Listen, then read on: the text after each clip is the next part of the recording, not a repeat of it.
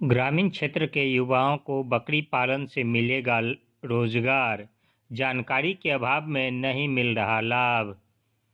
समस्तीपुर जिले में पशुपालन विभाग ने एक बड़ी पहल की है। निजी क्षेत्रों में माइक्रो गॉट फार्म को लेकर पशुपालन विभाग ने एक बड़े अनुदान पर इसे रोजगार का सशक्त जरिया बनाने का प्रयास शुरू किया है। इससे जिले में बेरोजगारी की समस्या दूर होगी।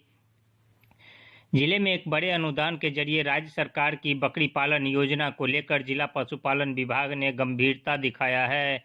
चयनित अभ्यर्थियों को निजी क्षेत्र में माइक्रो गॉट फार्म के लिए 60% तक अनुदान भी दी जाएगी। समेकित बकरी एवं भेड़ योजना में बदलाव के जरिए SC/ST एक्ट और सामान्य गरीब परिवार को इस रोजगार से जोड़ने की कोशिश शुरू हुई है। विभाग के बड़ी अधिकारी के अनुसार इस क्षेत्र में लाभार्थी छोटे स्तर से लेकर बड़े स्तर तक बकरी पालन से जुड़ सकते हैं, जिसमें 10 पर 1 व 20 पर 1 और 100 पर 5 बकरी और बकरे को लेकर 60% तक अनुदान उपलब्ध है।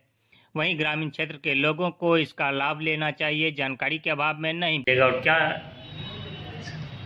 बकरी पालन योजना गरीबों के लिए एक वरदान योजना है।